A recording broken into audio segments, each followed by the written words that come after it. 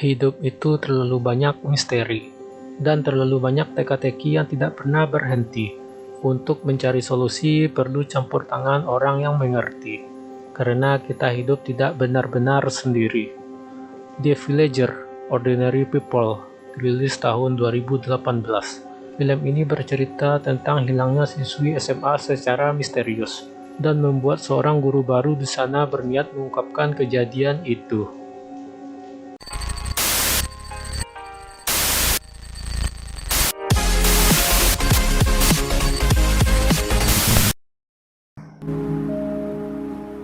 Di awal film, kita diperlihatkan dengan seorang gadis yang berjalan di jalanan sepi dengan berpenampilan lusuh, di mana di sini ia dijemput oleh seseorang menggunakan mobil.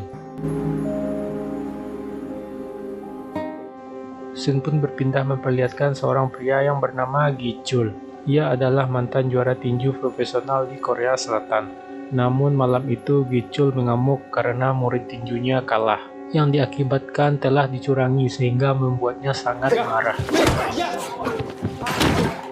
Karena kejadian sebelumnya, Gi-chul pun berniat pergi pulang ke kampung halamannya, yang dimana sebelumnya ia sudah mendaftar menjadi seorang guru di sana.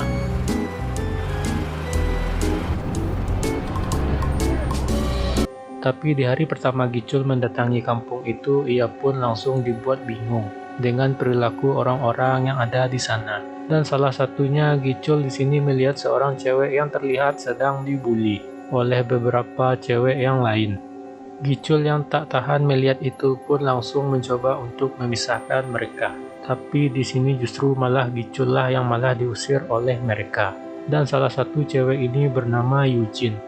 Setelah itu ternyata Gi-chul ini memiliki kenalan yang bekerja sebagai polisi di sana. Ia bernama Dong-su, dan dia adalah mantan murid tinjunya. Di sisi lain, Yujin adalah seorang pelajar SMA yang hanya tinggal bersama neneknya saja. Tetapi sebenarnya beberapa hari yang lalu, gadis yang awal di film tadi adalah sepupunya Yujin yang bernama Suyeon. Tetapi sudah hampir 1 minggu si Suyeon ini tidak pernah pulang ke rumah. Bahkan Yujin telah melaporkan semua kasus ini kepada polisi, namun belum mendapatkan perkembangan apapun. Di malam harinya saat Yujin akan keluar naik bis, tiba-tiba ada seorang pria yang tak dikenal mengikutinya dari belakang.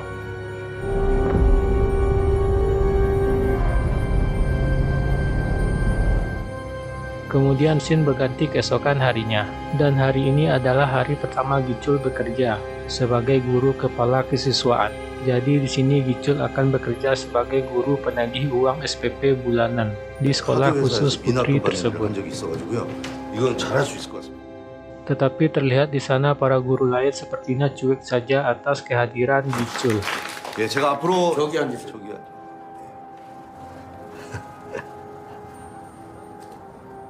Di hari pertama kerjanya, Gi-chul di sini langsung mendapatkan kesan sebagai guru yang aneh. Sedangkan guru yang ada di sebelahnya tadi ternyata adalah guru populer di kalangan para siswi.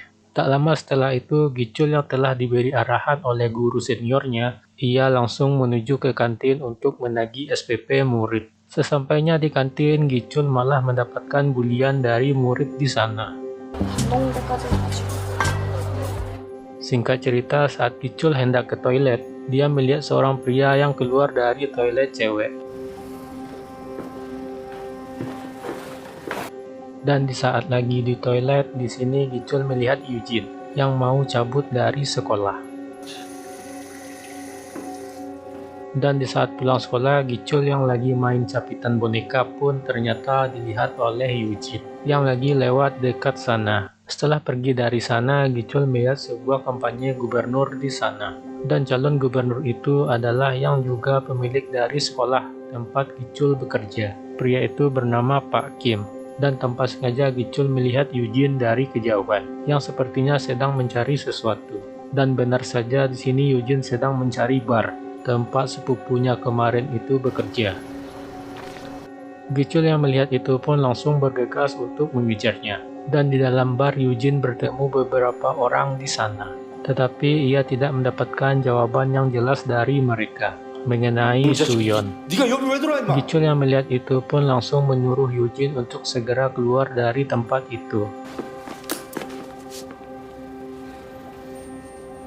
Scene pun berganti ke malam harinya. Di sini Gichul yang berniat mengantarkan Yujin pulang malah ditolak oleh Yujin dan memintanya untuk menurunkannya di pinggir jalan saja.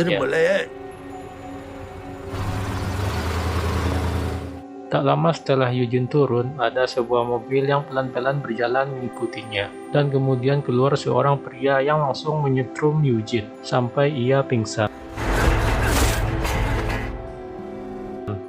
Tetapi untunglah telepon Yujin ketinggalan di mobilnya Gichul, dan saat Gichul sampai di lokasi, pria itu pun langsung kabur meninggalkan Yujin. Di rumah sakit, si Yujin telah melaporkan kejadian ini kepada polisi. Namun, nggak tahu kenapa polisi-polisi itu kayak kampret semua. Namun sepertinya polisi itu malah seperti acuh tak acuh. 다 절차라는 게 있어서 그래. Dan karena kejadian itu, Gichul pun jadi ikut kepikiran tentang kasus hilangnya Suyon. Keesokan harinya, Gichul ternyata datang ke rumah neneknya Yujin agar kasus hilangnya Suyon dapat diusut kembali. 이게 뭐예요? 동의서 실종 접수해. 술한 술집에서. Kemudian ia pun mendatangi Dongsu. Namun setelah Dongsu mencoba membuka kasus Suyon kembali, ia malah langsung dimarahi oleh detektif yang kemarin, yang merupakan atasannya di kepolisian. 환장하거네 정말. Scene pun berpindah ke Gichul, yang lagi di sekolah. Ia melihat Yujin bersama guru populer yang waktu itu. Kemudian ia tak sengaja melihat siswi yang lagi merokok di dalam toilet. 야 임마! Tapi saat ada kaleng pengharum yang jatuh, ia tak sengaja melihat sebuah kamera di sana. Di saat Gichul akan melaporkannya, ia mendapatkan teguran dari kepala sekolah karena ia telah melaporkan kasus Suyon kembali. Kepala sekolah beralasan karena laporan itu akan merusak nama baik sekolah ini. Dan karena itu Gichul pun tidak jadi melaporkan kamera tadi. Setelah dari ruang kepala sekolah, Gichul yang penasaran dengan kamera itu langsung mengeceknya di komputernya. Dan ternyata orang yang memasang kamera itu adalah guru populer yang kemarin. Ia bernama Jisung. Scene berpindah ke Jisung. Ia tiba-tiba dimintai tolong oleh salah satu guru untuk membantunya mengangkat barang-barangnya keluar. Dan tak lama setelah itu Gichul datang yang berniat mencari Jisung. Ia tak sengaja melihat laptop Jisung di sana dan langsung membukanya. Di sini Gichul melihat ada percakapan antara Jisung dan Yujin yang akan pulang bareng. Selain itu, ia juga melihat percakapan Jisung dengan Suyon di malam hari hilangnya Suyon. Dan karena itu Gichul pun langsung menelpon Yujin untuk memberitahukan semuanya. Tetapi sekarang ia sedang bersama Jisung. Tetapi di sini Yujin hanya bisa diam saja.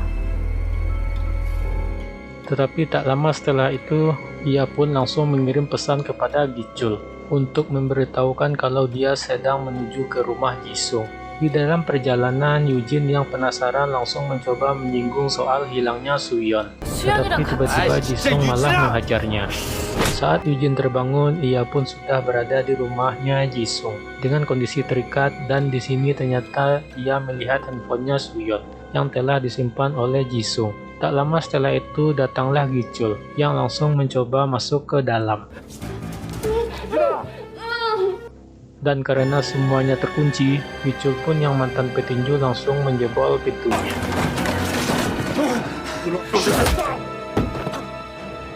Kemudian Jisung mencoba menceritakan hal yang sebenarnya terjadi di malam itu.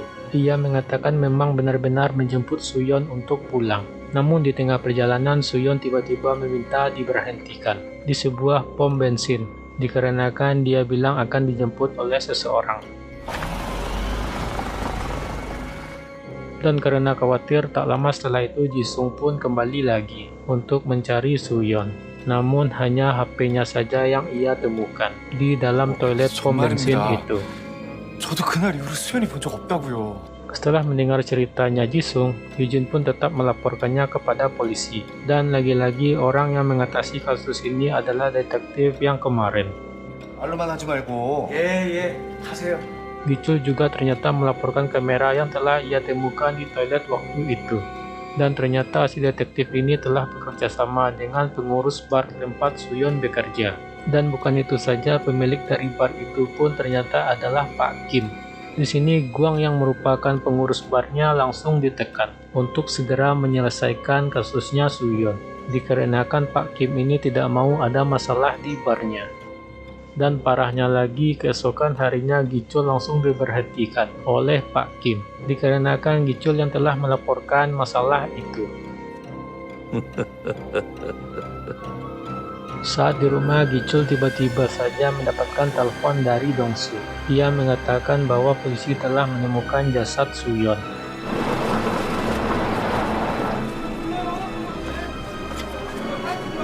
Tak lama kemudian Yujin pun datang dan menangis atas kepergian sepupunya itu.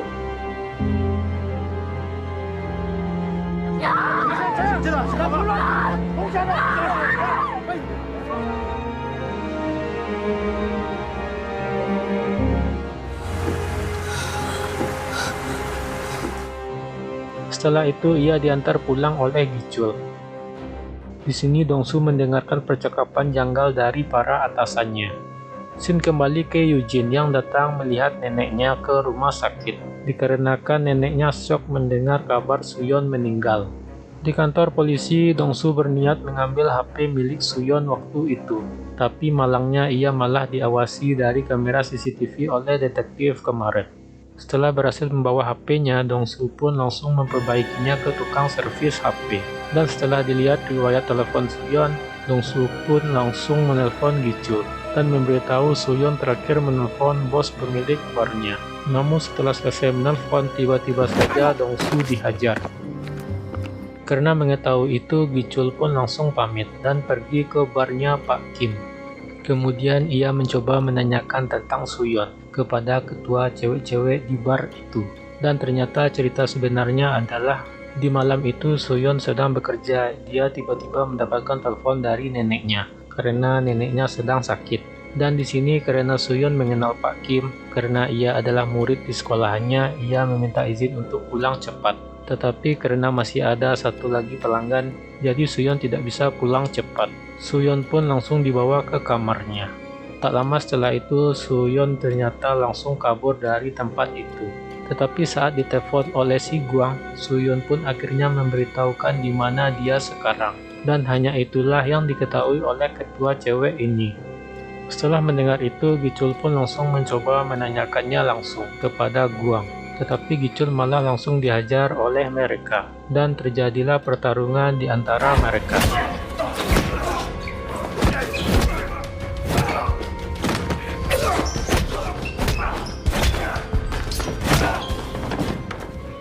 Setelah mereka semua kalah, Guang di sini hanya mengatakan kalau dia bukanlah yang membunuh Suyon. Jadi sebenarnya waktu itu Guang datang ke tempat itu. Jisunglah yang telah menyekapnya di dalam toilet. Dan saat yang bersamaan pun Yujin juga disekap oleh Jisung di toilet rumah sakit. Saat Gichul di perjalanan, ia tiba-tiba mendapatkan telepon dari rumah sakit bahwa Yujin telah hilang. Ternyata Yujin dibawa oleh Jisung ke sebuah ruangan yang terlihat seperti gudang. Tak lama setelah itu pun pintu ruangan itu pun digedor-gedor oleh seseorang dari luar. Namun ternyata yang datang ke ruangan itu adalah Pak Kim, dan dia ternyata adalah ayahnya Jisung. Sedangkan Gichul ternyata mendatangi rumahnya Jisung yang kemarin, dan untunglah dia mendapatkan alamat tempat ruangan itu. 너 미국 다시 들어가 있어. Di sini Yujin mengetahui bahwa yang telah membunuh Suyon di malam itu adalah Pak Kim. Faktanya pada malam itu Jisung ternyata belum membunuh Suyon. Di sini Jisung hanya membuatnya pingsan. Tetapi karena Pak Kim ini takut rahasia yang terbongkar, akhirnya ia memilih untuk membunuh Suyon di malam itu. 새끼야, 널 위해서잖아. 이 새끼. Setelah selesai dengan Jisung, tiba-tiba Pak Kim mendapatkan telepon dari polisi yang adalah temannya untuk segera datang ke pemilu. 누굴 닮은 거야, 이 새끼 진짜. Dan saat Jisung membuka pintu, Yujin pun langsung menjemprotkan cat ke matanya. dan ia berlari mencari pintu keluar. Namun karena pintu itu terkunci, ia pun bersembunyi di bawah meja. Karena Jisung melihat kakinya, ia pun langsung berniat mempermainkannya dengan memecahkan gelas yang ada di sana. Dan di saat yang bersamaan ternyata Gichul sudah sampai ke sana. Dan di saat Eugene mau kabur, dia langsung jatuh karena keinjak pecahan kaca. Karena mendengar itu, Gichul langsung mencoba mendobrak pintunya. Tapi saat berhasil masuk, ia melihat Eugene yang sedang terkapar. Namun tiba-tiba Jisung langsung menusuk Gichul dengan pisaunya, hingga akhirnya Gichul pun marah dan menghajar Jisung. Dan di sini terlihat Jisung yang menyerah. Namun di saat Gichul lengah, Jisung mengambil batu untuk memukul Gichul. Kemudian Gichul pun mengeluarkan pukulannya.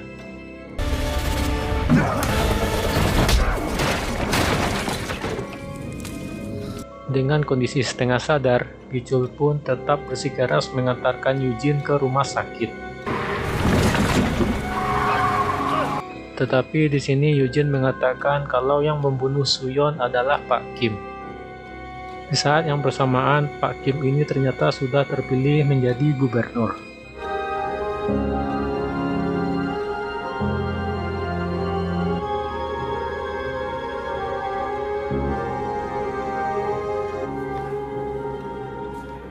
Tak lama setelah itu, di saat Pak Kim pergi dari tempat pemilu itu, tiba-tiba muncullah Gichul dari arah samping dan menabrakkan mobilnya.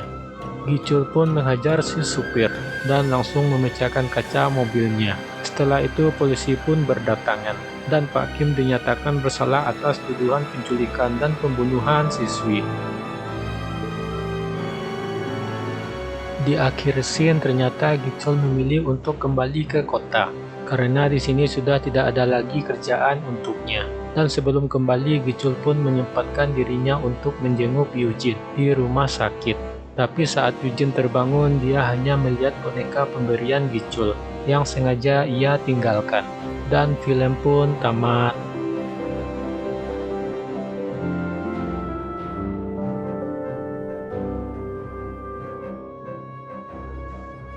Dan itulah solo alur cerita film The Villager Ordinary People. Terima kasih telah menonton. Jangan lupa like, share, subscribe, dan aktifkan lonceng notifikasinya agar tidak tertinggal video terbaru dari channel ini.